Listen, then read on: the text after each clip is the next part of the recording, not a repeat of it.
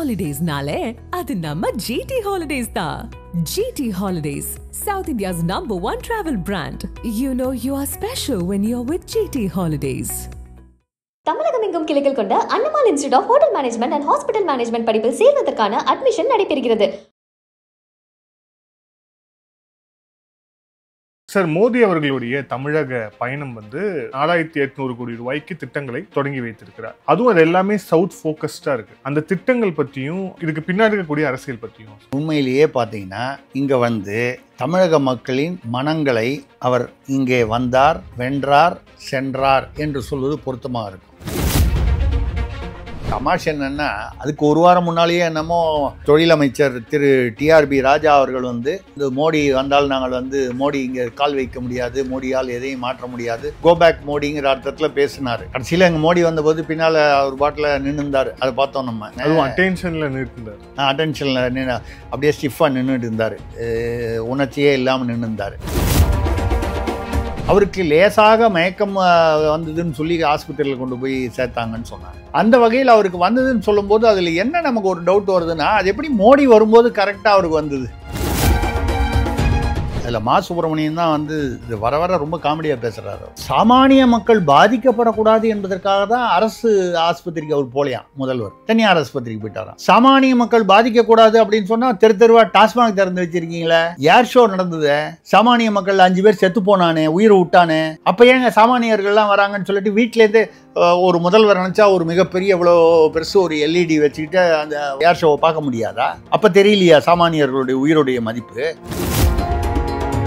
So tourism, அதுக்கப்புறம் southern தமிழ்நாட்டில் இருக்கக்கூடிய கனெக்டிவிட்டியை மையப்படுத்தி இந்த திட்டங்கள்லாம் நகருது அப்படின்னா, அப்போ என்ன மத்திய அரசு சொல்ல வருது, என்ன செய்ய வராங்க? இப்போ இதுவரை கவனிக்கப்படாத, புறக்கணிக்கப்பட்ட தமிழ்நாட்டு மாநில அரசுகள் செய்ய தவறியதை மத்திய அரசு எடுத்து செய்கிறது.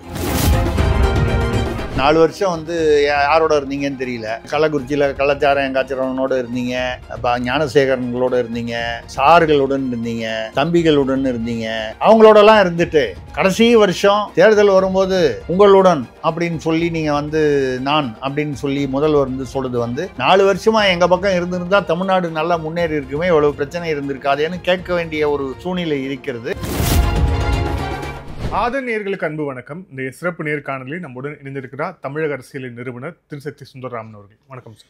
வணக்கம் வினோத், சொல்லுங்க சார். மோடி அவர்களுடைய தமிழக பயணம் அரசியல் ரீதியாகவும் சரி, இந்த தமிழ் உள்ளிட்ட காரணங்களாலும் சரி, அது மிகப்பெரிய ஒரு விவாத பொருளாக மாறி இருக்கிறது. இப்பவும் அதுதான் பேசிட்டு இருக்கோம்.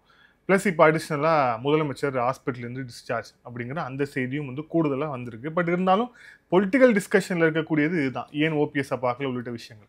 இப்போது அதுக்குள்ளே போகிறதுக்கு முன்பாக அவர் பர்பஸாக வளர்ச்சி திட்டங்களை அவர் தொடங்கி வைக்க வந்திருக்கிறார். அப்படின்னு குறிப்பாக சொல்லணும் அப்படின்னா 4800 கோடி ரூபாய்க்கு திட்டங்களை தொடங்கி வைத்திருக்கிறார். அதுவும் அது எல்லாமே சவுத் ஃபோக்கஸ்டாக இருக்குது.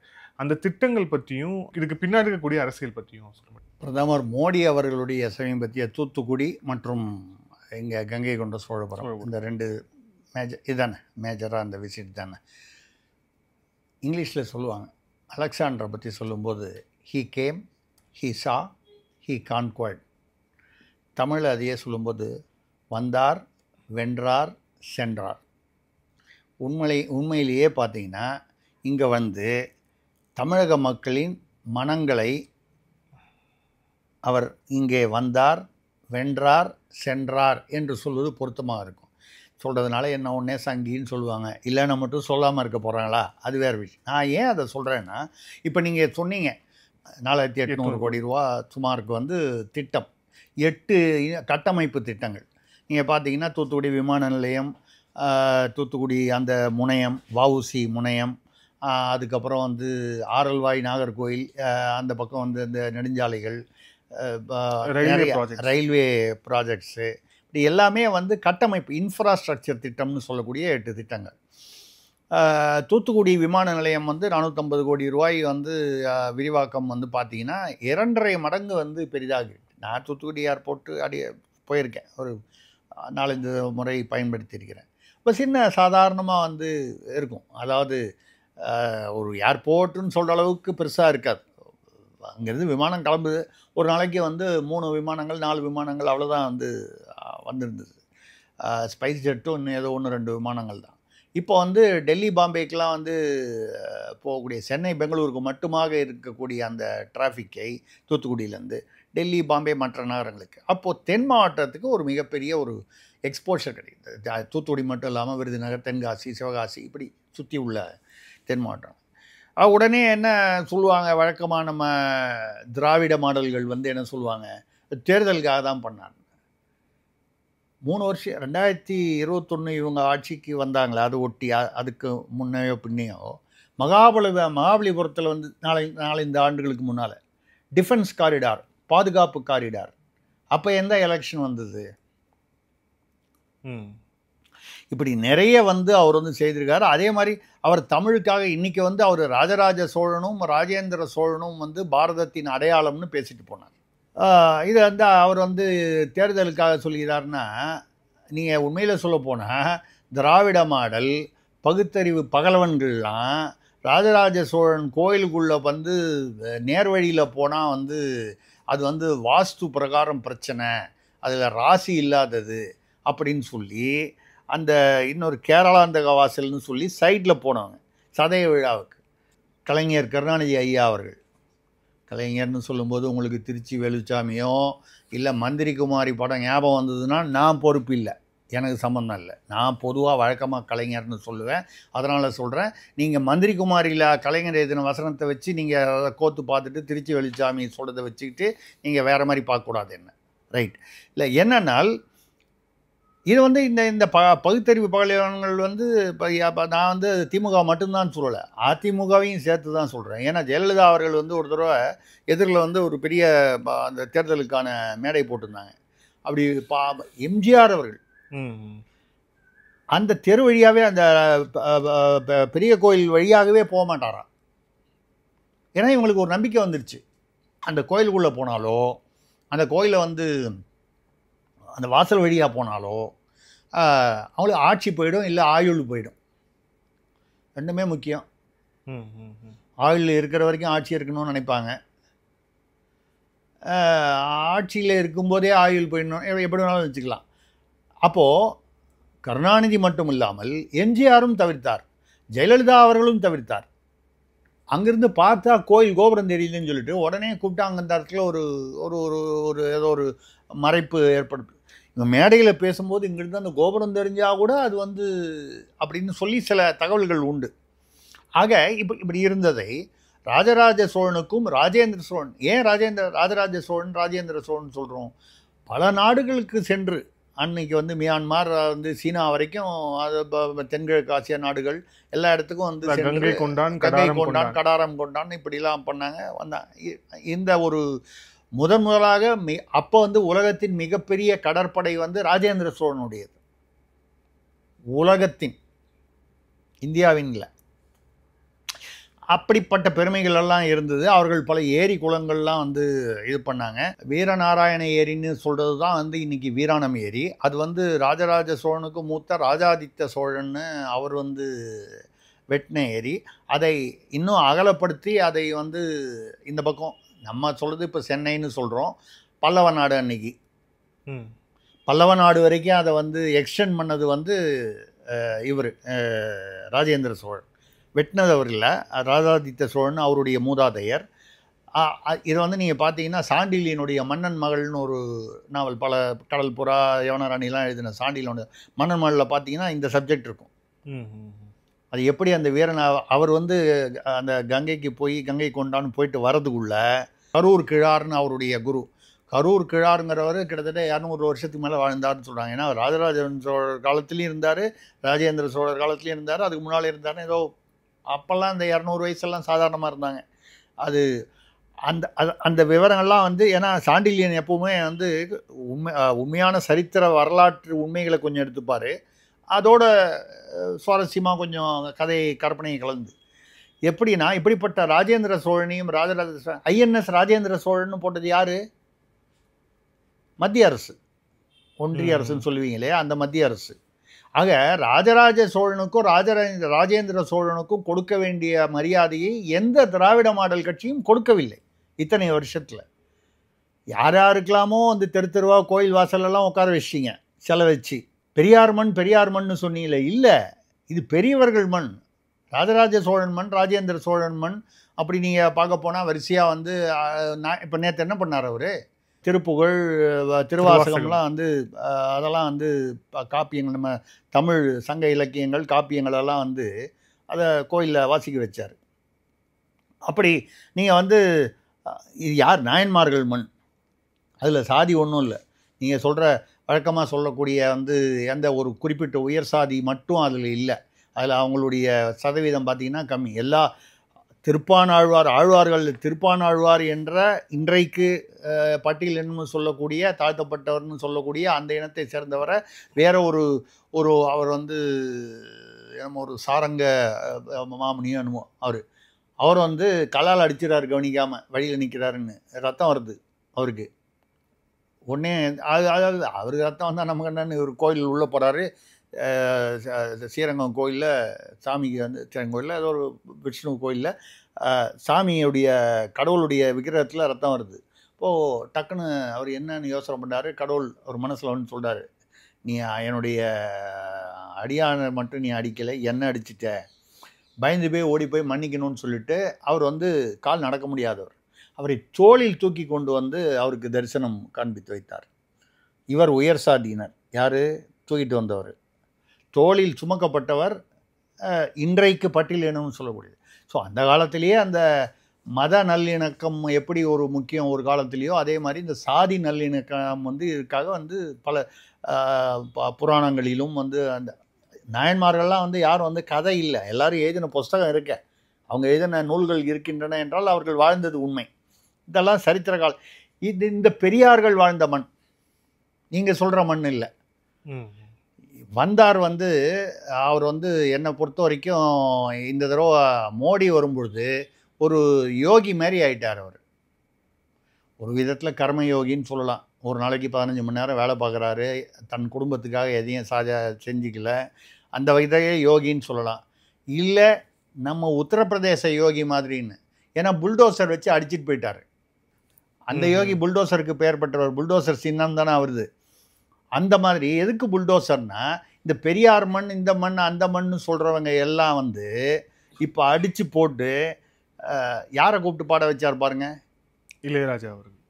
நீங்கள் வந்து இசையில் வந்து நிறைய பேர் இருக்காங்க, இசை தென்றல் இருக்காங்க, இசை புயல்லாம் இருக்காங்க. அவங்களெல்லாம் தாண்டி என்னை பொறுத்தவரை இளையராஜா அவர் வந்து எங்கேருந்து, அவர் வந்து இசை பூதம். பூதம்னா ஏதோ பிசாசு பூச்சாண்டி அந்த அர்த்தத்தில் சொல்லலை, பஞ்சபூதம். இசையில் வந்து இந்த நீர், நெருப்பு, ஆகாயம் இப்படி சொல்லுவாங்களே பஞ்சபூதம். அந்த மாதிரி பஞ்சபூதம் வந்து இசையில் பஞ்சபூதம் யாருன்னு கேட்டால் இன்றைக்கும் நான் வந்து இளையராஜாவை சொல்வேன், இசைஞானி இளையராஜாவை. எதுக்காக சொல்கிறேன்னா, இசையை வந்து ஏதோ ஒரு ஒரு குறிப்பிட்ட படித்த சமூகம் இல்லை ஒரு குறிப்பிட்ட வட்டத்திலேருந்து வெளியே கொண்டு வந்து அந்த நாட்டு பாடல்கள், மற்ற அந்த ஃபோக் மியூசிக்னு சொல்லக்கூடிய கிராமிய பாடல்கள், அந்த கிராமிய பாடல்கள் நிறைய இருந்தன, வெளியில் தெரியாமல் இருந்தது. அதையெல்லாம் வந்து திரைப்படம் மூலமாகவும் வேறு சில வழிகளிலும் வந்து மக்களிடம் வந்து கொண்டு சென்று மிகப்பெரிய இசை துண்டு ஆற்றியவர் என்ற வகையில் அவரை இசை பூதம் என்று சொல்கிறேன். பூதம் என்றால் பிரம்மாண்டமானவர் என்ற அர்த்தத்தில், பாசிட்டிவான அர்த்தத்தில். அப்படி வந்து இருக்கும் பொழுது இப்போ மோடி வந்து நீங்கள் பார்த்தீங்க எல்லாம் என்னெல்லாம் பண்ணார், எல்லா திட்டங்கள்லாம் கொண்டு வந்தார். அதாவது தமாஷ் என்னென்னா, அதுக்கு ஒரு வாரம் முன்னாலேயே என்னமோ தொழிலமைச்சர் திரு டிஆர்பி ராஜா அவர்கள் வந்து மோடி வந்தால் நாங்கள் வந்து மோடி இங்கே கால் வைக்க முடியாது, மோடியால் எதையும் மாற்ற முடியாது, கோபேக் மோடிங்கிற அர்த்தத்தில் பேசினார். கடைசியில் எங்கள் மோடி வந்தபோது பின்னால் அவர் பாட்டில் நின்றுந்தார், அதை பார்த்தோம் நம்ம.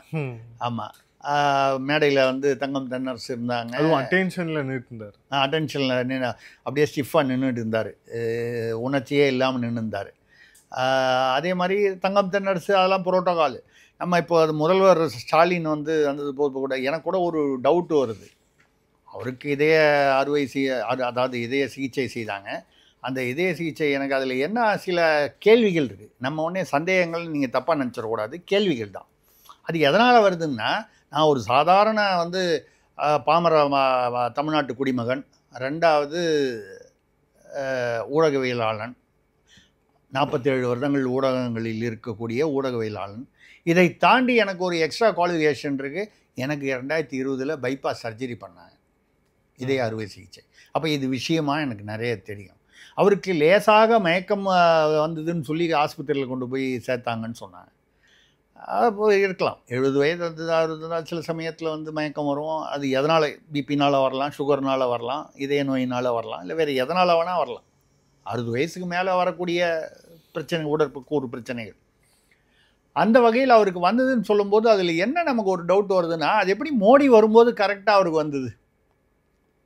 அவர் வந்ததை நம்ம வந்து அவருக்கு நோய் வந்ததை வந்து நம்ம சந்தேகப்படலை. அதில் இருக்கிற அந்த கோயின்சிடன்ஸ் பாருங்கள். அவர் தமிழ்நாட்டிலிருந்து போகும்போது இவர் கரெக்டாக டிஸ்சார்ஜ் ஆகிறார். அதுவும் கரெக்டாக வந்து டிஸ்சார்ஜ் ஆகும்போது ராகுகாலம் முடிஞ்சு 4:30 ராகுகாலம் பார்த்து முடிஞ்சது.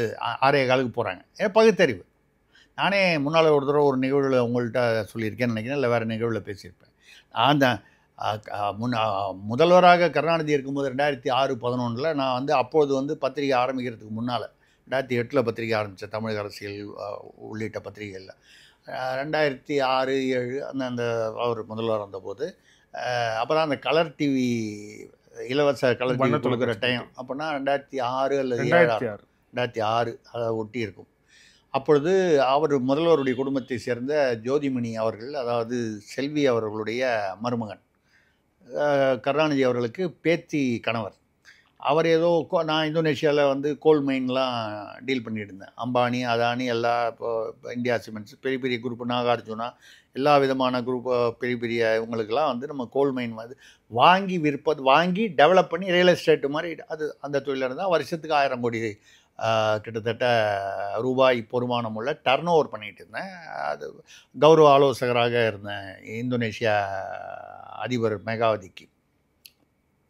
அப்போது அந்த கோல் மைன் வாங்கணும்னு சொல்லி இவர் வந்தார், ஜோதிமணி. அப்போ ஒரு தடவை வந்து தாத்தாவை நீங்கள் ஒரு தடவை பார்க்கணுன்னாரு. ஏன் தாத்தாவை நான் ஏற்கனவே பவள விழாம்போது பார்த்துருக்கேன், 2 தடவை பார்த்துருக்கேங்க. இல்லை அவர் வந்து நீ இந்தோனேஷியாவில் தொழில் பண்ணோன்னா யார் கூட பண்ணுறேன் நான் பார்க்கணுன்னாரு சொல்லி நான் கூப்பிட்டு போனார். ஏன்னா வந்து திடீர்னு ஃபோன் பண்ணி ஒரு 10:30 மணிக்கு வந்து நான் வந்திருக்கேன். அப்போ அதாவது இந்தோனேஷியாவில் வந்துட்டு போகிறேன், 12க்குள்ளே வந்துருங்க, ஏன்னா தாத்தா இங்கே வெளியூர் போல இருக்குது, வந்துருங்க, உடனே வந்துருங்கன்னாரு. 10:40க்குன்னா அடையாறுலேருந்து நான் தடன்னு கிளம்பி கோபாலபுரத்தில் போய் ஒரு 5 நிமிஷம், யார் நீ தானே நம்ம பார்த்துருக்குமான்னாரு. ஏதோ நம்ம பவள விழாவில் பார்த்தேன், போன வந்தேன்லாம் சொன்னேன். ரைட், ஏதோ பேசிட்டார், ரைட்டு, என்ன ஏதோ பார்த்து பண்ணுங்கன்னு ஏதோ ஒரு பொதுவாக ஒரு 4 வார்த்தை, பொதுவான வார்த்தைகளாக தான் பேசினார். அப்புறம் முடிஞ்சிட்டு வந்தோடனே நான் வந்து அவர் எத்தனை மணிக்கு போகிறாருங்க ஃப்ளைட்டுங்க? சாயந்தரம் 6 மணிக்கு.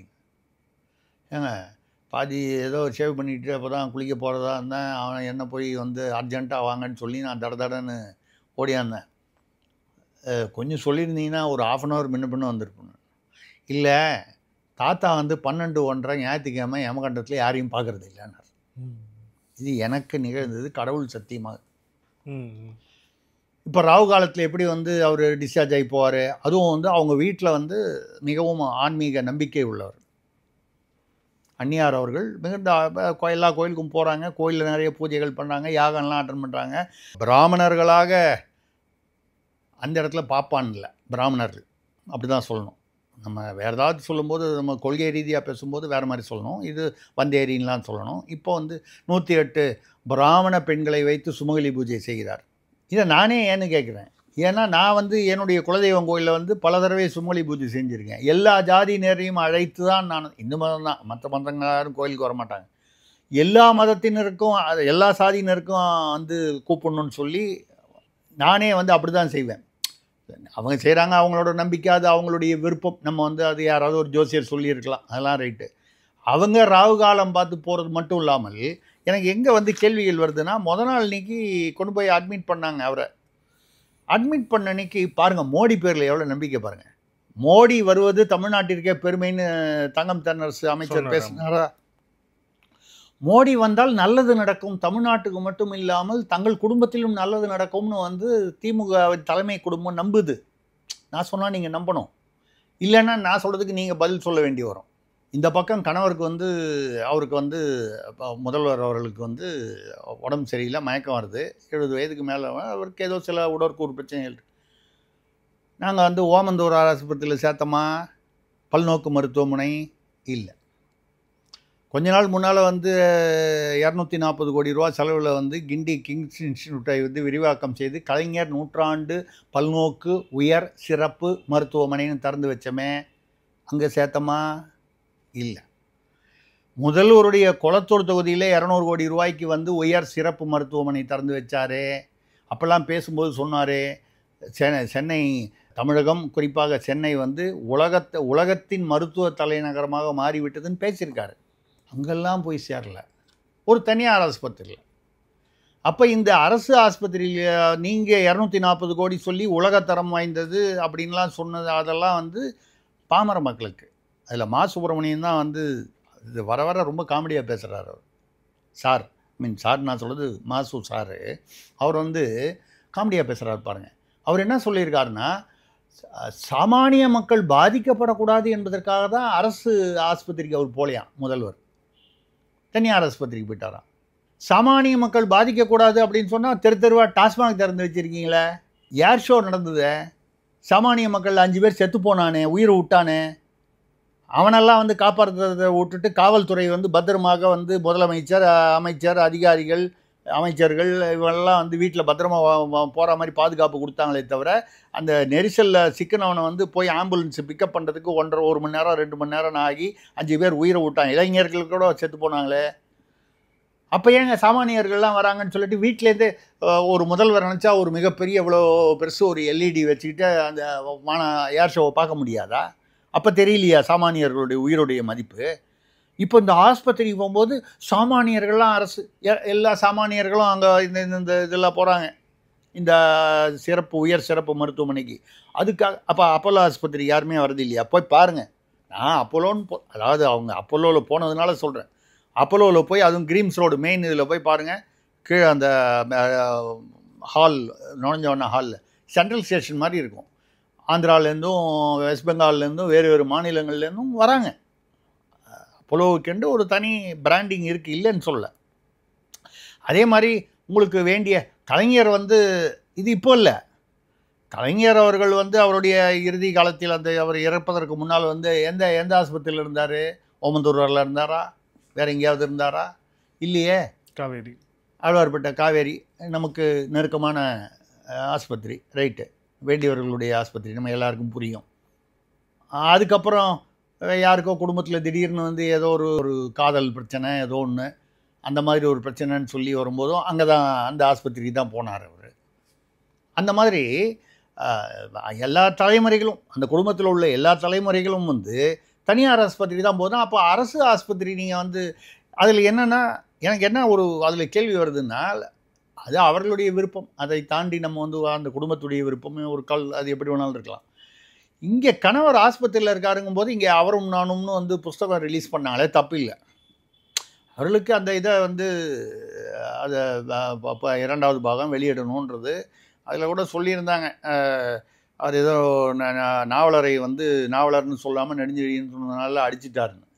எனக்கு ஒரே அது அந்த புத்தக விமர்சனங்கள் எல்லாம் ஏதோ அதை பற்றி வந்ததெல்லாம் படித்தேன். எனக்கு ஒரே கவலையாக போயிடுச்சு.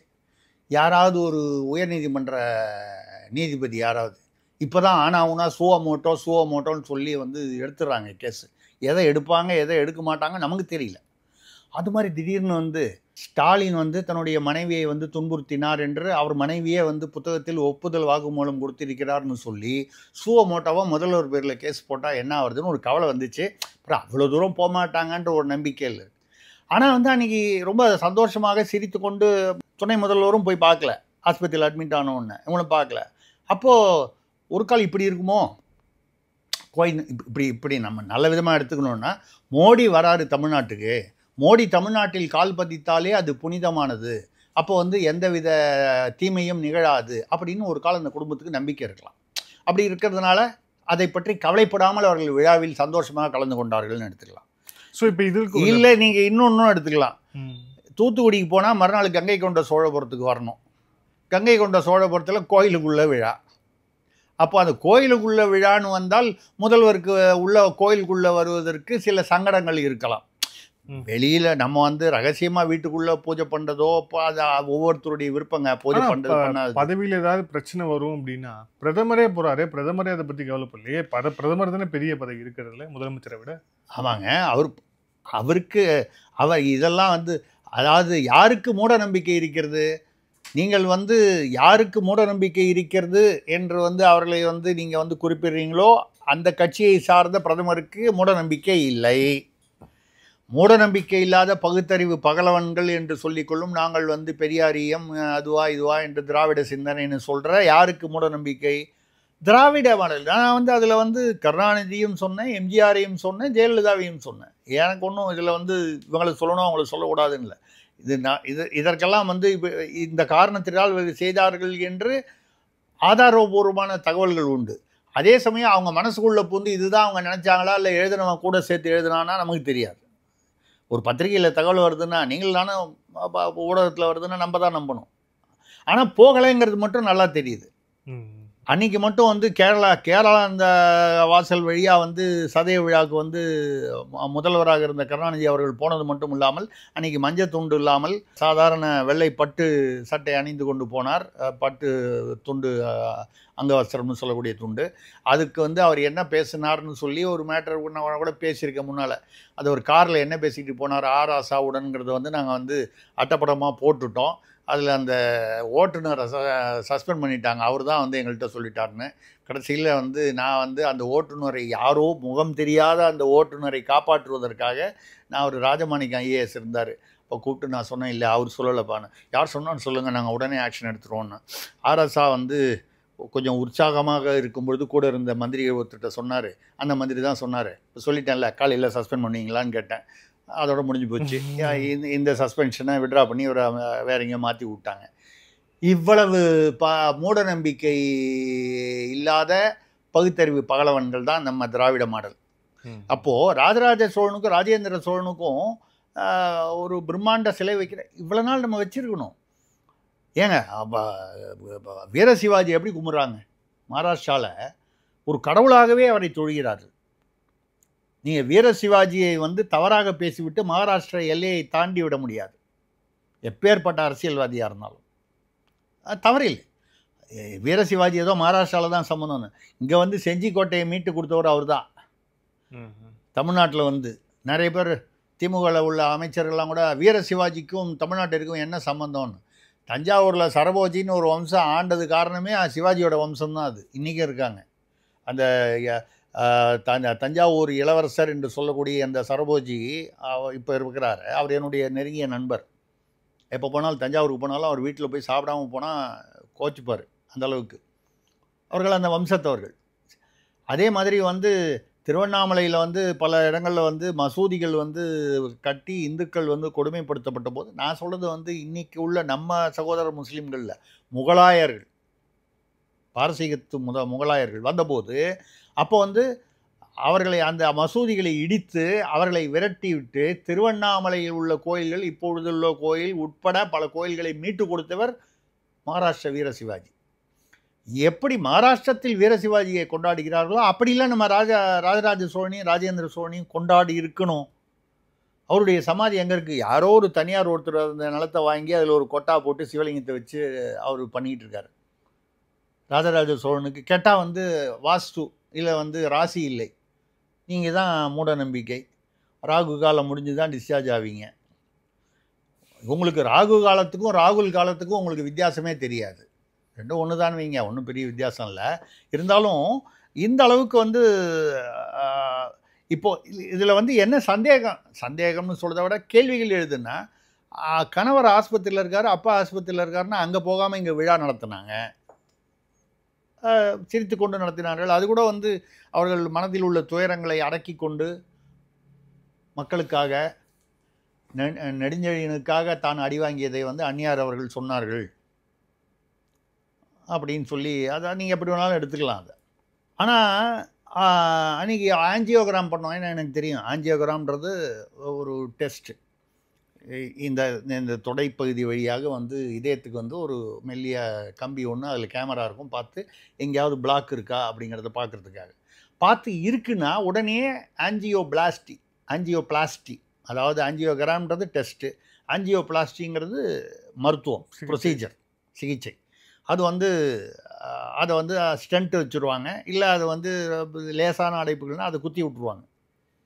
இது ஆஞ்சியோபிளாஸ்டி. இதை தாண்டி பைபாஸுங்கிறது வந்து ஃபுல்லாக வந்து ஓப்பன் பண்ணி பண்ணுறது. எனக்கு பைபாஸ் பண்ணாங்க 2020. இது எனக்கு தெரிஞ்சதுனால சொந்த அனுபவத்தினால சொல்கிறேன். நீங்கள் அதில் எது வேணாலும் அவருக்கு என்ன தேவையோ அதுதானே. நாள் வந்து என்ன சொல்கிறாங்க, ஆஞ்சியோகிராம் பண்ணாங்க, அப்போலோ ஆஸ்பத்திரியிலேருந்து அறிக்கை சொல்லிக்கிறது. இவர்களுடைய அறிக்கை என்ன சொல்லுது, அவருக்கு வந்து எந்தவித பிளாக்குமே இல்லை. எந்தவித பிளாக்கும் இல்லைன்னா மறுநாளைக்கு எதுக்காக பேஸ் மேக்கர் வச்சிங்க? பேஸ் மேக்கர் வைக்கிறது வந்து இரத்த அழுத்தம் சீராக இல்லை என்றால் வைக்கக்கூடியது. அதாவது பைபாஸ்ன்றது ஒரு எக்ஸ்ட்ரீம் உச்சகட்ட சிகிச்சை. அதில் ரிஸ்க் இருக்குது. ஒரு பிழைப்பதோ பிழைக்காமல் இருப்பதோ வந்து பைபாஸில் வந்து சொல்ல முடியாது. ஒரு கேஸில் இப்போல்லாம் வந்து ரொம்ப சர்வசாதாரணமாக ஆகிடுது, இருந்தால் கூட சொல்ல முடியாது. பேஸ் மேக்கர் என்றால் அது பாட்டில் உள்ளே இருக்கும். என்னுடைய மனைவியுடைய தாய் மாமன் அவர் வந்து 30 வருஷமாக பேஸ் மேக்கரோடு இருக்கார். அவருக்கு வயசு 102, நாக்பூரில் நலமாக இருக்கிறார். அப்பப்போ எனக்கு ஃபோன் பண்ணி மாப்பிள்ளை உடம்பை பார்த்துங்கன்னு எனக்கு சொல்லிட்டு இருக்கார் அவர் வீடியோ காலில். எதுக்காக சொல்லணும்னா பேஸ் மேக்கர் வச்சு 20 வருஷம் 30 வருஷம் கூட உயிர் வாழ்வதற்கான வாய்ப்புகள் உண்டு. ஒருத்தருடைய உடல் நல இதை பொறுத்து இருக்குது. பேஸ் மேக்கர் வைக்கிற அளவுக்கு பிரச்சனை இருந்ததுன்னா நாள் வந்து அப்போலோவில் இருந்தோ இல்லை வந்து திமுக சார்பாகவோ இல்லை அமைச்சரவை துரைமுருகன்லாம் பேசினார். பிளாக்லாம் ஒன்றும் இல்லைன்னு சொன்னால. இப்போ பிளாக் இருந்ததா இல்லையா? நம்ம வந்து அது அவர்களுடைய தனிப்பட்ட பிரச்சனைன்னு பார்க்கல. அது எப்படி கரெக்டாக வந்து இந்த பக்கம் ஒரு கங்கை கொண்ட சோழபுரம் கோயிலில் வேறு இருந்து அவர் ஆர்த்தியெல்லாம் எடுத்திருக்காரு. யார்? மோடி, பிரதமர் மோடி. அதெல்லாம் முடிச்சுட்டு அவர் வந்து சோழர்களை பற்றிலாம் பேசிட்டு, இன்ஃபேக்ட் வந்து தமிழ் ஔவையாரை பற்றியும் திருக்குறளை பற்றியும் மற்ற சங்க இலக்கியங்களை பற்றியும் கணியன் பூவன யாதும் ஊரே யாவரும் கேளீரை பற்றியும் ஐநா சபையில் போய் பேசினவர் வந்து தமிழரே அல்லாத குஜராத்தி என்று சொல்லப்படும் பிரதமர் மோடி அவர்கள் தான். நீங்கள் இதெல்லாம் தேர்தலுக்காகன்னு சொன்னால், தேர்தலே சம்பந்தமே இல்லாத தேர்தலுக்கு ஒரு பல வருடங்கள் இருக்கும்பொழுது கூட இந்த தமிழை வந்து போற்றி பேசுகிறார். இந்தியாவின் ஆதி மொழி தமிழ் என்கிறார். உலக புகழ் பெற்ற மொழி, நாகரிகம் தமிழர் நாகரிகம் என்று சொல்கிறார். நீங்கள் அவர் சொல்கிற அளவுக்கு கூட, ரெண்டாவது அவர் ஹிந்திலேயோ இல்லை வேறு மொழியிலையோ குஜராத்திலேயோ அந்த திருக்குறளை வந்து, ஏன்னா அவருக்கு தமிழ் படிக்க தெரிவதற்கு வாய்ப்பில்லை. அவர் குஜராத்தியில் இல்லை ஹிந்தியில் வந்து அந்த திருக்குறளை படித்து வச்சுட்டு அவர் படிக்கிற அளவுக்கு கூட இங்கே தாய்மொழி தமிழ்னு சொல்லக்கூடிய பல அரசியல்வாதிகளால் வந்து துண்டு சீட்டு வைத்து கொண்டு கூட படிக்க முடியவில்லை. படிக்கும்போது நம்ம வந்து என்ன பண்ணிடுறோம், இன்மையை வந்து இளமைன்னு படிச்சிடுறோம். எப்படிங்க 10ஆம் கிளாஸ் 12ஆம் கிளாஸில் 50,000 பேர் வந்து ஃபெயில் ஆகிற மாணவர்கள்னா உடனே வந்து நீங்கள் வந்து விமர்சனம் வருதுன்றதுனால அங்கே ஆசிரியர்களை வந்து தமிழ் ஆசிரியர்களை இன்னும் அதிகமாக வந்து இது பண்ணி இன்னும் கொஞ்சம் அதிகமான தேர்ச்சி பண்ணுறதுக்கு பதிலாக இப்போ என்ன பண்ணியிருக்காங்க, தேங்க்ஸ் டு அன்பில் மகேஷ் அவர்கள், கல்வி அமைச்சர், 8 சாப்டரை வந்து 6 சாப்டராக 25% வந்து தள்ளுபடி, ஆடி தள்ளுபடி. இதில் தமிழ் சிலபஸில் அவன் ஃபெயில் ஆகிடுறானே. அவனை ஃபெயில் ஆனவனை பாஸ் ஆக்கணும் தான் பார்க்குறாங்களே தவிர, அந்த தமிழ்நாட்டில் இருக்கிற தாய்மொழியை தமிழாக கொண்டவன் வந்து தமிழை பிழை இல்லாமல் எழுத படிக்க தெரிய வேண்டும் என்பதை பற்றி அக்கறை இல்லை இவர்களுக்கு. இந்த திட்டத்தில் இன்னும் கொஞ்சம் ஃபோக்கஸ்டாக ஒரு சில கேள்வி கேட்கலாம் அப்படின்னு. ஏன்னா இதில் வந்து இந்த கனெக்டிவிட்டி ரொம்ப முக்கியமாக இருக்குது. குறிப்பாக வந்து சதன் தமிழ்நாடை வந்து ஃபோக்கஸ் பண்ணி திட்டங்களை கொண்டு வரணும். நீங்களே சொன்ன மாதிரி இன்ஃப்ராஸ்ட்ரக்சர் டெவலப்மெண்ட்டை உள்ளே கொண்டு வரணும் அப்படிங்கிறது உங்களுக்கு திட்டமாக இருக்குது. இதுவும் குறிப்பாக கனெக்டிவிட்டின்னு பார்க்கும்போது மதுரை போடி நாயக்கனூர், நாகர்கோவில் கன்னியாகுமரி, ஆரல்வாய் நாகர்கோவில்னு சொல்லிட்டு அந்த திட்டங்கள் இதெல்லாமே ரயில் ப்ராஜெக்ட்ஸ் எல்லாமே கனெக்டிவிட்டி சம்மந்தமானது. ஸோ டூரிசம், அதுக்கப்புறம் வந்து சதர்ன் தமிழ்நாட்டில் இருக்கக்கூடிய கனெக்டிவிட்டியை மையப்படுத்தி இந்த திட்டங்கள்லாம் நகருது அப்படின்னா அப்போது என்ன மத்திய அரசு சொல்ல வருது, என்ன செய்ய வராங்க? இப்போ இதுவரை வந்து கவனிக்கப்படாத புறக்கணிக்கப்பட்ட தமிழ்நாட்டு மாநில அரசுகள் செய்ய தவறியதை மத்திய அரசு எடுத்து செய்கிறது. இது செய்வதனால வந்து தமிழ்நாட்டிற்கு வந்து லாபம் என்று சொல்லும் பொழுது தானாகவே அது வந்து இந்தியா பாரதம் என்ற தேசத்திற்கு வரும் லாபம். தமிழ்நாடுன்றதை நம்ம தனியாக எப்போவுமே அதை பிரிச்சே பார்க்கக்கூடாது. தமிழ்நாடு நம்ம மாநிலம் என்பதில் வந்து அதுக்கு வந்து சில நம்ம வந்து முக்கியத்துவம் கொடுக்குறோம். பீகாரில் ஒன்று நடந்தது, ஆந்திர பிரதேச மத்திய பிரதேசத்தில் நடந்ததுன்னு சொல்கிறத விட தமிழ்நாட்டில் நடக்கும்பொழுது நமக்கு அதற்கான உணர்ச்சிகள், உணர்வுகள், கவலைகள் இது இயல்பாக உள்ளது. உங்கள் வீட்டில் ஒரு பிரச்சனை நடக்குது, எழுத்த வீட்டில் ஒரு பிரச்சனை நடக்குதுன்னா அடுத்த வீட்டு பிரச்சனையை விட நம்ம வீட்டு பிரச்சனை நமக்கு வந்து பெருசாக தெரியும். அந்த அளவில் அவர் வந்து தென்னகத்தை இந்தியாவின் பிற பாகங்களோடு மட்டும் இல்லாமல் இப்போ தூத்துக்குடியில் கண்டெய்னர் போர்ட்டை வந்து பெருசாக்குனார், முனையத்தை பெருசாக்குனார். போன வருஷம் அவரே பேசியிருக்கார். பிப்ரவரியில் வந்து முதல்ல வந்து அடிக்கல் நாட்டின, செப்டம்பரில் வந்து அந்த கண்டெய்னர் போர்ட்டை வந்து திறந்து வச்சேன் அப்படின்னு சொல்லி அவரே பேசியிருக்கார் பிரதமர். அந்த கண்டெய்னர் வந்து இவ்வளோ நாள் ஏன் இதை வந்து பொருளாதாரம் புரிந்தவர்களுக்கு தான் அது புரியும், பாமர மக்களுக்கு எடுத்து சொன்னால் தான் புரியும். அதுவரை வந்து கொலம்போ தான் வந்து மிகப்பெரிய கண்டெய்னர் போர்ட்டாக இருந்தது இந்த பக்கம். அந்த பக்கம் வந்து சிங்கப்பூர். ஏன்னா நான் வந்து ஷிப்பிங்லேயும் ஒரு 3 வருஷம் வந்து இந்தோனேஷியாவில் வந்து கப்பல் கம்பெனிலேயும் நான் வந்து உயர் அதிகாரியாக இருந்தேன். ஷிப்பிங்கும் ஏதோ தெரியுங்கிறதுனால இந்த பக்கம் கண்டெய்னர் போட்டு வந்து நம்ம வந்து இந்தியாவிலேயே நமக்கு வந்து வேறு எங்கேயோ போய் கண்டெய்னர் போட்டு மும்பையில் போய் போகிறதா, சென்னையிலேருந்து மும்பை போகிறத விட சென்னையிலேருந்து கொழும்பு வந்து அருகில் உள்ளது. அந்த அது நலதமயந்தி படத்தில் வரா மாதிரி அந்த படம் பார்த்துருந்தீங்கன்னா ஞாபகம் வரும். அந்த கமலஹாசன் அவர்கள் நடித்த படம், கமலஹாசனா மாதவன் அவர்கள் நடித்த படம். அதில் வந்து அவர் வந்து அந்த விசா ப்ராப்ளம் வரும்போது கேட்பாங்க, இனியா வேறு நாட்டிலேருந்து வரீங்க, ஆனால் 2 பேரும் வந்து ஒரே மொழியில் பேசிக்கிறீங்க, ஆனால் ஒரே நாட்டிலேருந்து வந்த இவர் வந்து நீங்கள் 2 பேரும் இங்கிலீஷில் பேசிக்கிறீங்களான்னு கேட்பாங்க. இப்போ வடநாட்டுக்காரர்கள் வந்தால் நமக்கு ஹிந்தி தெரியாதுன்னா அப்போ இங்கிலீஷில் பேசுவோம். இப்போது சிங்கள தமிழ் இலங்கை தமிழர் ஒருத்தர் வராருன்னா அவருக்கும் தமிழ் தெரியும், நமக்கு கொஞ்சம் பேச்சில் கொஞ்சம் அந்த வித்தியாசம் இருக்கலாமே தவிர தமிழில் பேசுவோம், தமிழில் புரிஞ்சுப்போம். நான் கூட ஃப்ரான்ஸுக்கு ஒரு தடவை போகும்போது ஏதோ ஒரு தாண்டி போகும்போது அமெரிக்கா போகும்போது ஃப்ரான்ஸ் வழியாக போனேன். அப்போது ஏர்போர்ட்டில் என்ன திடீர்னு வந்து டக்குன்னு வந்து கை பிடிச்சி தரன்னு இழுத்து போயிட்டாங்க. நம்ம ஒன்றும் தப்பே பண்ணலையே, எதுக்கு இழுத்து போனாங்க. அங்கே போய் பார்த்தா ஒரு இலங்கை பெண்மணி, அவர்கள் வந்து விமானத்தில் ஏறி வந்து விட்டார்கள். அகதியாக வந்து ஃப்ரான்ஸில் வந்து ஈழத்து பெண்மணி. அவங்க என்ன பேசுகிறாங்கன்னு இவங்களுக்கு புரியல, இவங்க பேசுகிறது அவங்களுக்கு புரியல. என் பாஸ்போர்ட்டை பார்த்தோன்னே சென்னை அப்படின்னோடனே இந்த ஆளுக்கு தமிழ் தெரியும்னு, யார் ஃப்ரான்ஸுக்காரன் புத்திசாலித்தனமாக தெரிகிற அளவுக்கு கூப்பிட்டு அந்த அம்மா என்ன சொல்லுதுன்னு கேளுன்னு என்கிட்ட. அந்த அம்மா அங்கே இங்கிலீஷ் தெரியல. அப்போ அதை கேட்டு ஒரு ஸ்டேட்மெண்ட் வாங்குறதுக்காக என்னை பயன்படுத்தி கொண்டார்கள் ஒரு சிறு உதவியாக அந்த அங்கே உள்ள அந்த ஏர்போர்ட் இமிக்ரேஷனில். அப்புறம் அந்த அம்மா வந்து என் குழந்தைக்கு பால் ஒன்றுமே கொடுக்க மாட்டேன்றாங்க, பிஸ்கட்டு வாங்கி கொடுக்க சொல்லுங்கள் எல்லாம் கேட்டாங்க. நம்மளால் முடிஞ்ச அந்த ஒரு 20 நிமிஷத்தில் எதுக்காக சொல்கிறோன்னா, நமக்கு வந்து நம்ம இது தென்கோடியில் இருக்கிறதுனால நம்மளால் வந்து உலகமயமாக்கல் அப்படின்னு வரும்பொழுது தென் தமிழ்நாடு கொஞ்சம் பின்தங்கி தான் இருக்குது. அதற்கு காரணம் இந்த கட்டமைப்புகள் இல்லை அல்லது குறைவாக இருக்குது. யார் இதை வந்து எடுத்து செய்ய வேண்டுமோ திராவிட கட்சிகள் இதுவரை பெரிதாக செய்யவில்லை. இதை மோடி எடுத்து செய்வதால் தமிழ்நாட்டிற்கு நன்மை என்பது ஒரு பக்கம் போக, பாரத தேசத்துக்கு நன்மை. நீங்கள் வந்து சிங்கப்பூர்லேயும் கொலம்போலையும் வந்து அந்த கண்டெய்னர் போர்ட்டுக்கு பதிலாக தூத்துக்குடியில் கண்டெய்னர் போர்ட்டு வருதுன்னு வைங்க, கொலம்போவோட வந்து என்றைக்குமே நமக்கு நல்ல உறவு இருக்குன்னு சொல்ல முடியாது இலங்கையோட. ஒரு சமயம் இப்படி இருக்கும், ஒரு சமயம் சீனாவோட கொஞ்சம் நெருங்கினாங்கன்னா நம்ம கூட ஒதுங்கிடுவாங்க.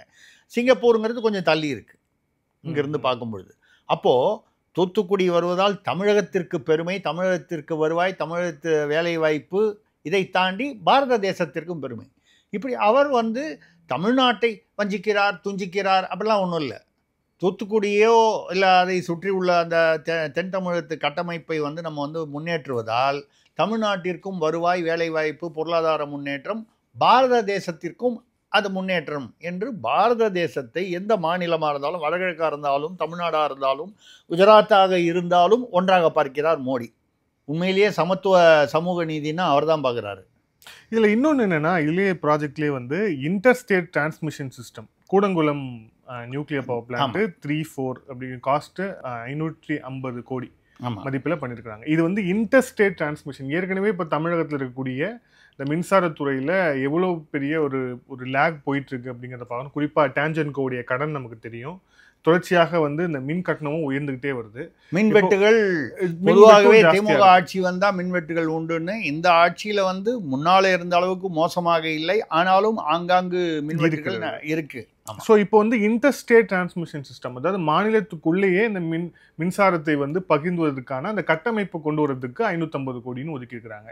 இது வந்து ஒரு லாங் டேர்ம்ல பார்த்தா எந்த அளவுக்கு ஒரு முக்கியமான ப்ராஜெக்டா இருக்கும்?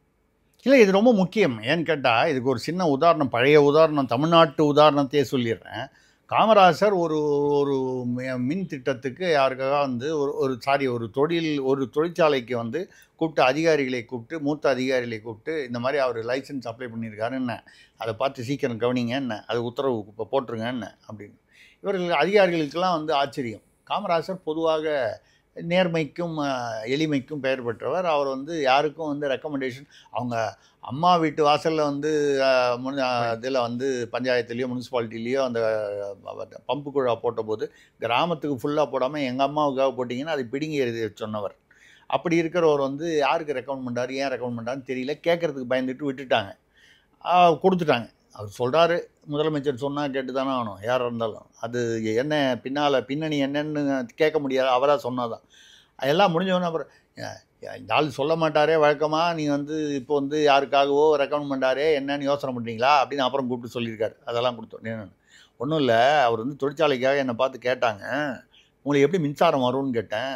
கிட்டத்தட்ட ஒரு 80 கிராமங்களை தாண்டி தான் எங்களுக்கு மின்சாரம் வரணும், நீங்கள் தான் வந்து இது போடணும், அங்கங்கே டிரான்ஸ்மிட்டர் போட்டால் தான் எங்கே இருக்கோ மின்சாரம் அந்த இது அந்த டிஸ்ட்ரிபியூட்டர் இருக்கோ அதிலிருந்து இவங்க தொழிற்சாலைக்கு மின்சாரம் வரணுன்னா எடுத்துகிட்டு வரதுக்கான கம்பி, அதுக்கான கட்டமைப்பு வேணும். காமராஜர் வந்து சரி உங்களுக்கு உடனடியாக நான் வந்து அப்ரூவல் கொடுக்குறேன், ஆனால் இந்த 80 கிராமம் வழியாக வர்ற அந்த டிரான்ஸ்மிட்டரு கேபிள் அது சம்மந்தமான கட்டமைப்புக்கு எல்லா செலவையும் நீங்கள் ஏற்றுக்கணும். அது தனியார் தொழிற்சாலை ஏற்றுக்கிறதா தான் நான் அனுமதி கொடுக்குறேன். ஏற்றுக்கிறேன், நாங்கள் அனுமதி கொடுத்துட்டாரு. இப்போ சொன்னார், இந்த 80 கிராமங்களுக்கும் அரசுக்கு எந்தவித செலவுமோ சிரமமோ இல்லாமல் 80 கிராமங்கள் மின்சார இதுவரை மின்சார வசதி இல்லாத 80 கிராமங்கள் மின் வசதி பெறுகின்றன. இப்போ நான் சொன்னது சின்ன உதாரணம். இப்போ நீங்கள் வந்து தூத்துக்குடியில் இதை வந்து அந்த கூடங்குளம் தூத்துக்குடி ஏரியா தானே இன்டர் ஸ்டேட் டிரான்ஸ்மிஷன்னா, இப்போது மின்சாரம் வந்து நம்ம இங்கே தயார் பண்ணுறதை இங்கே தான் யூஸ் பண்ணணுன்றது இல்லை. அங்கே வந்து இப்போ நீங்கள் தயார் பண்ணுறோம் எக்ஸஸ். ஏன்னா நான் வந்து தமிழ்நாட்டில் உள்ள பல மின் நிலையங்களுக்கு கோல் சப்ளை, கோல் மைன் வந்து அவங்களுக்கு வந்து நான் இந்தோனேஷியாவில் இருக்கும்போது ஏற்பாடு செய்தவன். அந்த வகையில் எனக்கு தெரியும். இவங்களுக்கு எக்ஸஸாக இருந்துச்சுன்னு சொன்னால் இதை வந்து காமன் இதுக்கு வந்து அதை வந்து சப்மிட் பண்ணிடலாம். அதை வந்து ஆந்திர பிரதேஷில் யூஸ் பண்ணலாம், உத்தரப்பிரதேசத்தில் யூஸ் பண்ணலாம், வடகிழக்கில் யூஸ் பண்ணலாம், எங்கே வேணுமோ. நம்ம டேப் வாட்டர் மாதிரி எங்கே குழாய் இருக்கோ குழாயை திறந்து நீங்கள் தண்ணி வரா மாதிரி யூஸ் பண்ணிக்கலாம். அதே மாதிரி நீங்கள் எப்படி எக்ஸஸை போடலாமோ அதே மாதிரி உங்களுக்கு ஷார்ட்டேஜ்னு சொன்னால் வேறு எங்கேருந்தாவது வர எக்ஸஸை வந்து இங்கே நீங்கள் ட்ரா பண்ண முடியும். இதுதான் அந்த இன்டர்ஸ்டேட் டிரான்ஸ்மிஷனுடைய மிகப்பெரிய இது. இதனால் என்னென்னால் தமிழ்நாட்டில் மின்சாரம் எவ்வளவு தயாராகிறது, தமிழ்நாட்டில் கன்சம்ஷன் உற்பத்தி எவ்வளவு, தேவை எவ்வளவு, இதில் வித்தியாசம் இருந்தாலும் இந்த வித்தியாசத்தை எப்படி சரி செய்வது, இந்த இன்டர்ஸ்டேட் இதை வந்து மோடி அவர்கள் செய்திருக்கிறார். அதற்கு கூடங்குளம் வந்து ஏன்னா நியூக்ளியர் இதுதான் இருக்கிறதுலையே வந்து மிக அதிகமாக வந்து இப்போ ஹைட்ரோன்னு எடுத்திங்கன்னா நீர் வைத்து போடும்போது 2 மெகாவாட் வரும், 3 மெகாவாட் வரும். கோல் நிலக்கரி வச்சு பண்ணிங்கன்னா 500 மெகாவாட்டு, 1000 மெகாவாட்டு, மிஞ்சி போனால் 2000 மெகாவாட்டு, இந்த ரேஞ்சில் தான் இருக்கும். அதில் ஒரு இது என்னென்னா இந்த சுற்றுப்புற சூழ்நிலை வந்து மாசுபடும்னு சொல்லுவாங்க. ஆனால் வந்து வேறு வழி இல்லை. ஏன்னா மிக அதிகமாக வந்து மின்சார இது வந்து அவங்களுக்கு பயன்பாடு வந்து கோல் நிலக்கரி மூலமாக தான் வருது. அதை வேண்டான்னு சொல்லி நிறுத்திட்டிங்கன்னா மின்சாரமே பெரிய பிரச்சனையாகிடும். சரி, இதை தாண்டி வேறு என்ன வழி அப்படின்னு கேட்டால் நியூக்ளியர் அணுமின் நிலையம் கல்பாக்கத்தில் இருக்குது, கூடங்குளத்தில் இருக்குது. இந்த அணுமின் நிலையத்தில்னா மிகப்பெரிய முதலீடு, ஒரிஜினல் முதலீடு பார்த்திங்கன்னா மிகப்பெரிய முதலீடு, ரஷ்ய உதவியுடன். அதில் என்ன பிரச்சனைனா யுரேனியம் வந்து ரஷ்யாவிலேருந்து தான் வரணும், நம்ம இந்தியாவில் கிடையாது.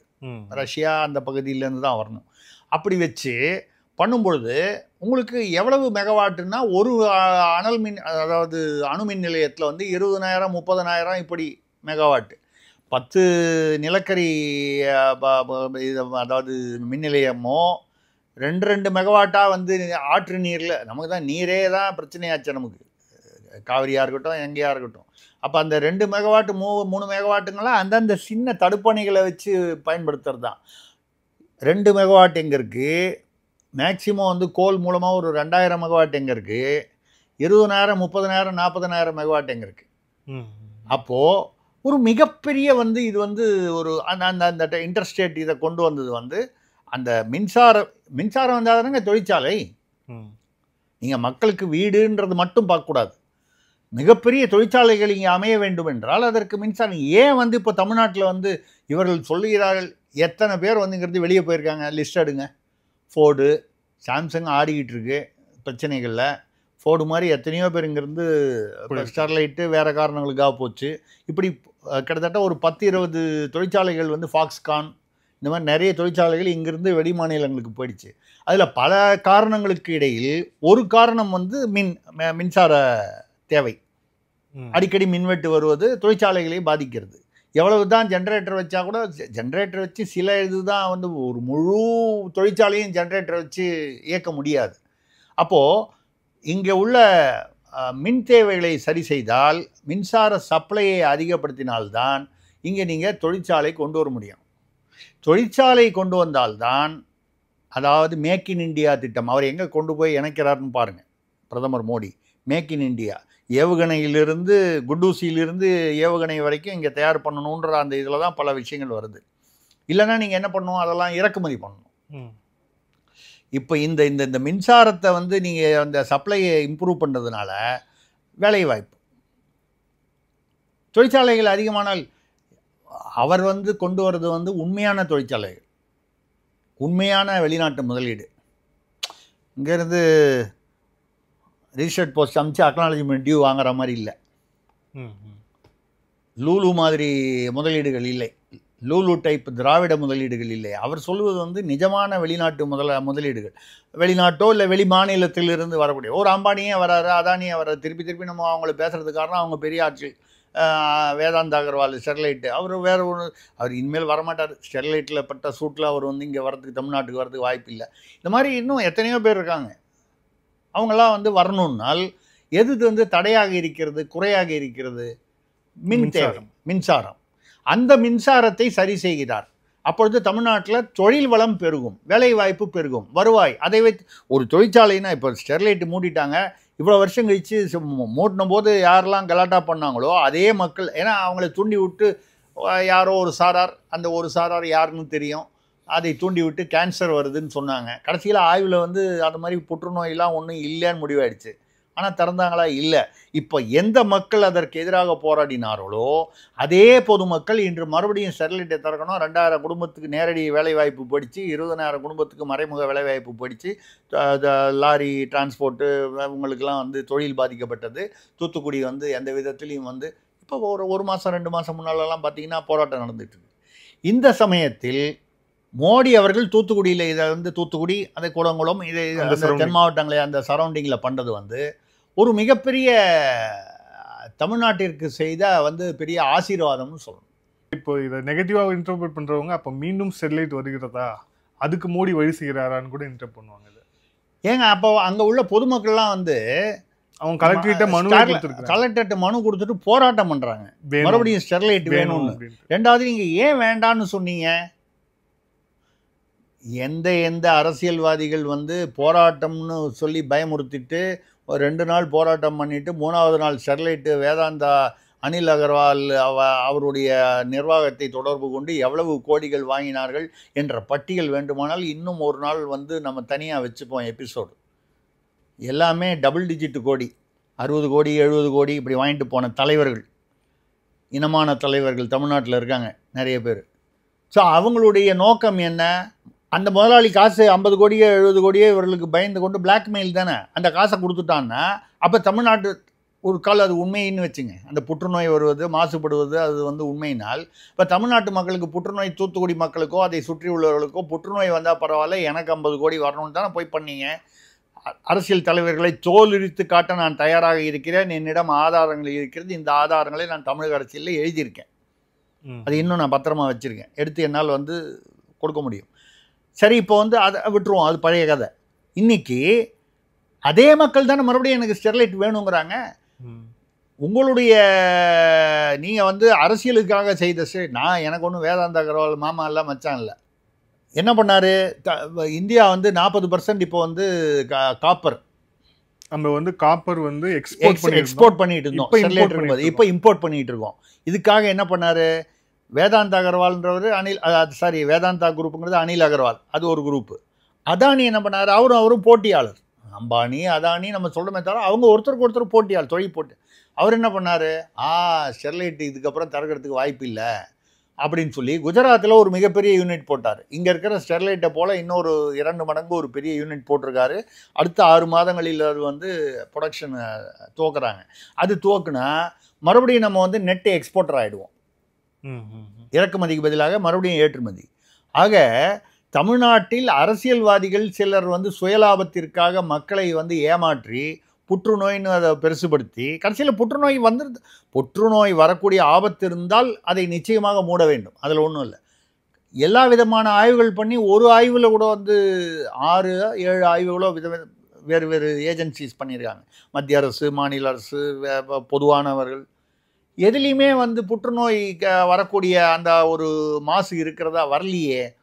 அதில் இன்னும் ஒரு பாயிண்ட் நல்லா நினைவு இருக்குது. இப்போ கூட அது ஹிந்துவில் ஏதோ பெருசாக ஹைலைட் ஆயிருந்தது. திருப்பூரில் ஏற்படக்கூடிய அந்த மாசோடைய அளவு வந்து இப்போ தூத்துக்குடி ஏற்பட விட ஜாஸ்தி அப்படின்னு மிக மிக அதிகம். அதாவது அந்த சாயக்கழிவுகளை நீரில் வந்து கொட்டுறாங்க இல்லையா, அது வந்து மிகப்பெரிய அளவு மாசு. அதில் வந்து இது வந்து ஒப்பிடவே முடியாத அளவுக்கு இதில் ஒன்றுமே இல்லைன்னு. இப்போ நீங்கள் மறுபடியும் திறக்கணுன்னா அந்த வேதாந்தா முதலாளிக்கு வந்து சூடுபட்ட பூனை மறுபடியும் வரமாட்டார். ஏன்னா மறுபடியும் வந்து அந்த மெஷின்லாம் 10 வருஷமா 8 வருஷமாக வந்து மூடி வச்ச இடத்துல எல்லாம் ஆப்சொலீட் ஆகிருக்கும். அதாவது துருப்பிடிச்சு போய் பயன்படுத்த முடியும். முதலேருந்து அவர் வந்து முதலீடு பண்ணணும்.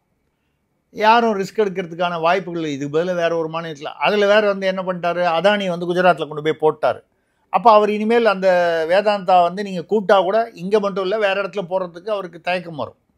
ஏன்னா இன்னொரு காம்படிட்டர் வந்துட்டார். வரலன்னா பரவாயில்ல, வந்து கிட்டத்தட்ட ப்ரொடக்ஷன் ஸ்டார்ட் பண்ணுற லெவலுக்கு வந்துட்டார்.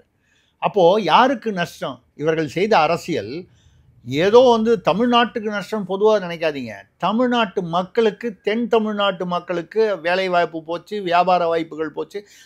அந்த ஒரு பெரிய ஃபேக்ட்ரி இருக்குன்னா சுற்றி எவ்வளோ கடை வருது, சாப்பாட்டு கடை, நாட்டுக்கும் மிகப்பெரிய இழப்பு. அதுதான் சொன்னேன். காப்பரை வந்து நீங்கள் இம்போர்ட் பண்ணும்போது எக்ஸ்போர்ட்டர், அதில் இம்போர்ட்டர் வந்து எங்கேருந்து இம்போர்ட் பண்ணுறோம்? முக்கியமானது சீனாவிலேருந்து. நீங்கள் சீனாவிலேருந்து பண்ணும்போது நம்ம குடுமி அவன் கையில் அப்படிங்கிற மாதிரி அப்படி தானே வந்து. ஏன்னா சீனாவோட நமக்கு வந்து எப்போவுமே ஹாட் அண்ட் கோல்டு ரிலேஷன்ஷிப் தான். Thanks to Jawaharlal Nehru. அக்சாய் சீன்லேருந்து 65,000 சதுர கிலோமீட்டர் தூக்கி கொடுத்துட்டு இதெல்லாம் வந்து வெற்றி நிலங்கள், இதெல்லாம் எதுக்குன்னாரு. இன்றைக்கி வந்து டோக்லாமில் வந்து ஒரு 37 கிலோமீட்டர் வந்து அவங்க உள்ளே வந்துட்டாங்கன்னு ராகுல் காந்தி வந்து ஐயோன்றாரு. ஐயா உங்கள் தாத்தா தான் வந்து, உங்கள் கொழு தாத்தா தான் வந்து தூக்கி கொடுத்தாரு 65,000. அதில் டோக்லாமில் அவன் உள்ளே வந்தால் அவனை திருப்பி விரட்டிட்டாங்க. எதுக்காக சொல்கிறேன்னா, சீனாவுக்கு நமக்கு எப்போவுமே வந்து அது ஒரு வித்தியாசமான உறவு. 1962 பாதுகாப்பாக நம்ம இருக்கணும்னு சர்தார் வல்லபாய் பாட்டீல் சொல்லும் பொழுதெல்லாம் கேட்காத ஜவஹர்லால் நேரு இந்தி சீனி பாய் பாய்னு போய் கட்டிக்கிட்டாரு. அவன் என்ன பண்ணான், சீனாக்காரன் இந்த இந்தி சீனி பாய் பாயை இந்த பக்கம் பேசிக்கிட்டு அந்த பக்கம் இமயமலைக்கு மேல் வந்து கொண்டு வந்து அவங்களுடைய இராணுவத்தை கொண்டு வந்து நிறுத்திட்டான். இந்த பேச்சுவார்த்தையை பயன்படுத்தி கொண்டு இவர் வந்து ட்ரூப்ஸ் மூவ்மெண்ட் வந்து ஜவஹர்லால் நேரு வந்து எதுவும் பண்ணக்கூடாதுன்ட்டார் பிரதமர் என்ற முறையில். உள்துறை அமைச்சராக இருந்த பாட்டீல் போன்றவர்கள், சர்தார் வல்லபாய் பட்டேல் போன்றவர்கள், மற்றவங்கெல்லாம் வந்து இல்லை நம்மளும் ரெடியாக இருக்கிறது நல்லது, சீனாவை நம்ப முடியாதுன்னு. இல்லை நான் பேசிக்கிட்டு இருக்கேன், சுயன்லாய்ன்னு நினைக்கிறேன், சுயன்லாய் மாசே துங் இந்த இவங்க என்ன பண்ண பேச்சுவார்த்தையை திடீர்னு நிறுத்திட்டு மேலேருந்து நம்ம இராணுவம் வந்து கீழே இருக்குது மலையில், மேலேருந்து ஒன்றும் அவன் சுடவே வேணாம், 4 பாறையை சும்மா ஒரு உதாரணமாக சொல்கிறேன், 10 பாறையை உருட்டி விட்டாலே ஏறி வர இந்திய இராணுவம் வந்து நசுங்கி சேதம் அதிகமாகி விட்டது.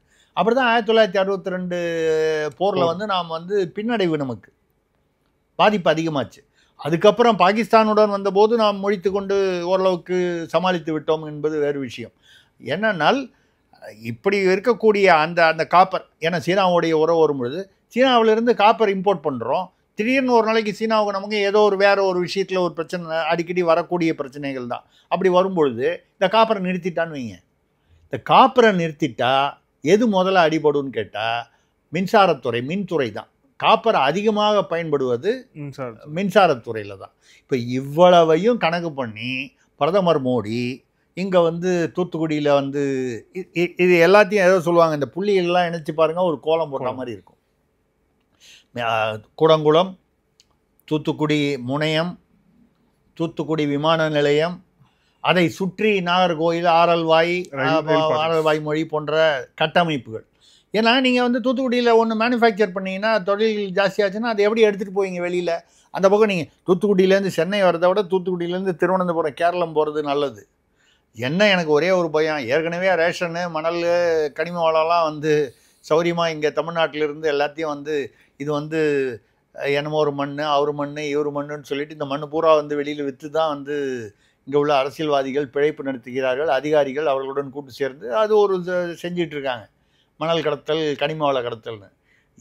இவர் ரோடு போட்டு கொடுத்தவொடனே அதுக்கு வந்து ரேஷன் இப்போ கூட ஒரு ஏதோ ஒரு கழிவறையில் வந்து அந்த பகுதியில் தான், கன்னியாகுமரியிலையும் எங்கேயோ தான் வந்து கழிவறையில் வந்து ரேஷன் அரிசி மூட்டைகளை வைத்திருந்தார்களாம் தமிழ்நாடு அரசு. அது கூட நயினா நாகேந்திரன் சொல்லியிருக்காரு, அதுலேருந்து எடுத்து அமைச்சர்களுக்கும் அதிகாரிகளுக்கும் சமைத்து போட வேண்டும்னு. நயினா நாகேந்திரன் விஷயமே புரியாமல் இருக்கார். அவங்க ரேஷன் அரிசி சாப்பிட்ற லெவல்லையா இருக்காங்க அமைச்சர்கள்லாம்? அவங்களாம் பாஸ்மதி அரிசியில் சாப்பிட்றவங்க, அவங்கள போய் ரேஷன் அரிசி சாப்பிடுவாங்கன்னு சொல்லி வந்து அவர் ஏதோ ஒரு ஒப்புமைக்காக சொல்லியிருக்கிறார், புரிகிறது. இருந்தாலும் அந்த மாதிரி கடத்தலுக்கு பயன்படுத்தாமல் இருந்தால் சரி, அந்த அவர் நல்ல காரியத்துக்காக சொன்னார், அது அந்த வகையில் செய்தால் சரி. என்னை பொறுத்தவரை மோடியுடைய இந்த இப்போ வந்து இந்த தேர்தலில் எதிரொலிக்குமா என்றால் எல்லா அரசியல் கட்சிகளுமே அவர்கள் செய்த சாதனைகளை வந்து முன்னிறுத்தி தான் வந்து தேர்தலை சந்திப்பார்கள். அதில் வந்து எந்த கட்சியுமே அப்படி தான். உண்மையாகவே நல்லது செய்துவிட்டு அதை சொல்வதில் என்ன தவறு? நல்லதே செய்யாமல் வந்து நீங்கள் வந்து வந்து நான் உங்களுடன் இருக்கிற 4 வருஷம் வந்து யாரோட இருந்தீங்கன்னு தெரியல. கள்ளக்குறிச்சியில் கள்ளச்சாரம் காய்ச்சறவனோடு இருந்தீங்க, ஞானசேகரன்களோடு இருந்தீங்க, சார்களுடன் இருந்தீங்க, தம்பிகளுடன் இருந்தீங்க, அவங்களோடலாம் இருந்துட்டு கடைசி வருஷம் தேர்தல் வரும்போது உங்களுடன் அப்படின்னு சொல்லி நீங்கள் வந்து நான் அப்படின்னு சொல்லி முதல்வர் வந்து சொல்கிறது வந்து 4 வருஷமாக எங்கள் பக்கம் இருந்திருந்தால் தமிழ்நாடு நல்லா முன்னேறி இருக்குமே, எவ்வளோ பிரச்சனை இருந்திருக்காதேன்னு கேட்க வேண்டிய ஒரு சூழ்நிலை இருக்கிறது. அந்த வகையில் மோடி வந்து தமிழ்நாட்டிற்கு பிரதமர் என்ற முறையில் அவர் இதை வந்து உடனே வந்து பாஜக அப்படி மோடி வந்து இப்படி பண்ணிட்டதுனால வந்து நயினார் நாகேந்திரன் வந்து முதல்வராகி விடுவார் அப்படின்னு நயினார் நாகேந்திரனே நினைக்க மாட்டார். அப்படி இருக்கும்போது யாரும் எதிர்பார்ப்பதற்கு வாய்ப்பு இல்லை. அதனால் சவுத்தை ஃபோக்கஸ் பண்ணுறாங்க அப்படிங்கிறது தெளிவாக தெரியுது. சவுத்தை ஃபோக்கஸ் பண்ணுற ஏன்னா இருக்கிறதுலையே வந்து உங்களுக்கு வந்து சவுத்தில் வந்து உங்களுக்கு துறைமுகம் இருக்கிற இடத்துல எப்பொழுதுமே வந்து உங்களுக்கு வந்து பொருளாதாரம் வந்து இருக்கும். நான் வந்து முன்னாள் அமைச்சர் பொன்முடி உயர்கல்வித்துறை அமைச்சராக இருந்ததில்லை, அதனால் எனக்கு பூகோளம் தெரியும். உயர்கல்வித்துறை அமைச்சராக இருந்தால் எனக்கு வந்து பூகோளமோ சரித்திரமோ தெரியாமல் இருக்கும். விஜயவாடாவில் துறைமுகம்னு நான் வந்து தத்து புத்துன்னு பேசுவேன். அமைச்சர் பொன்முடி வந்து ஒரு தடவை பேசினார். அவர் உயர்கல்வித்துறை அமைச்சராக இருந்ததுனால விசாகப்பட்டினது தான் விஜயவாடா அப்படின்ட்டாரோ? அல்ல, வீல வந்தால் எல்லாம் ஒரே துறைமுகம், வீல ஆரம்பித்தாலே துறைமுகம் தான். விழிஞ்சம் கூட வீதான், விழிஞ்சம் கூட, அப்புறம் விழுப்புரம் கூட சொல்லுவீங்க, விக்கிரவாண்டி கூட துறைமுகம்னு சொல்லுவீங்க. நான் என்ன பண்ணுறது? விழிஞ்சம் துறைமுகம் எங்கே? நீங்கள் சொல்கிறீங்களா அந்த விழிஞ்சம் துறைமுகம் தமிழ்நாட்டிற்கு வந்த துறைமுகம் நம்ம விரிவாக பேசியிருக்கோம். ஆமாம், அது வந்து அங்கே போயிட்டாங்க. ஆனால் அதனால் வந்து தமிழ்நாட்டிற்கு தான் வந்து தமிழர்களுக்கு தான் வந்து மக்களுக்கு தான் நஷ்டமே தவிர தமிழ்நாட்டில் ஒரு சில அரசியல்வாதிகளுக்கு நஷ்டம் இல்லைங்கிறத பற்றி நம்ம பேசியிருக்கோம். அப்பாவியாக இருக்கக்கூடிய சில நாயகர்கள் இருக்காங்க, அவங்க குடும்பத்துக்காரங்க வந்து அது விழிஞ்சத்தில் எவ்வளோ தூரம் இன்வால்வ்டுங்கிறது எனக்கு பர்சனலாக தெரியும். அது ரைட்டு, பேசியிருக்கோம். தமிழர்களுக்கு, பாமர மக்களுக்கு நஷ்டம். அப்போது தமிழ்நாட்டிற்கு இது ஒரு மிகப்பெரிய ஒரு தொழில் ரீதியான எழுச்சி கொடுக்கும். தேர்தல் விடுங்க, ஒரு லாங் டைமாக ஒரு நெடுங்காலத்திற்கு தமிழ்நாட்டிற்கு பொருளாதார ஒரு முன்னேற்றம் ஏற்படும். பொருளாதார முன்னேற்றம் வரும்போது ஆட்டோமேட்டிக்காக சமுதாய முன்னேற்றம் எல்லா வகையிலும் வந்து ஒரு தமிழ்நாடு வளம் பெறும். அதை வந்து மோடி அவர்கள் நிகழ்த்தி இருக்கிறார்கள். அந்த வகையில் நம்ம வந்து அதை வரவேற்க வேண்டும், பாராட்ட வேண்டும். அந்த சமயத்தில் நம்ம வந்து அங்கே போய் நின்னா அந்த கங்கை கொண்ட சோழபுரம் கோயிலுக்குள்ளெல்லாம் போகணும். எதுக்காக அனாவசியமாக? அது ஒரு ஏற்கனவே ராஜராஜ சோழன் கோயிலுக்கு போனால் வந்து ஆபத்துங்கிறாங்க. இது அவர் பையனோட கோயில். அது ஒரு கால் அப்பாவுடைய ராசி பையனுக்கு வந்துருச்சுன்னா என்ன, இப்படிலாம் வந்து திராவிட மாடலில் வந்து மூட நம்பிக்கையை வந்து இப்படி தான் இருக்கும். பகுத்தறிவுங்கிறது இவங்களுடைய பகுத்தறிவு இப்படி தான் இருக்கும். அதனால் நாங்கள் 6 மணிக்கு தாண்டி 6:15க்கு நான் வந்து டிஸ்சார்ஜ் ஆகும். அதெல்லாம் ஒன்றும் பிரச்சனை இல்லை. நன்றி சார். பல்வேறு கேள்வி. Thank you sir. தேங்க்யூ. நன்றி, வணக்கம்.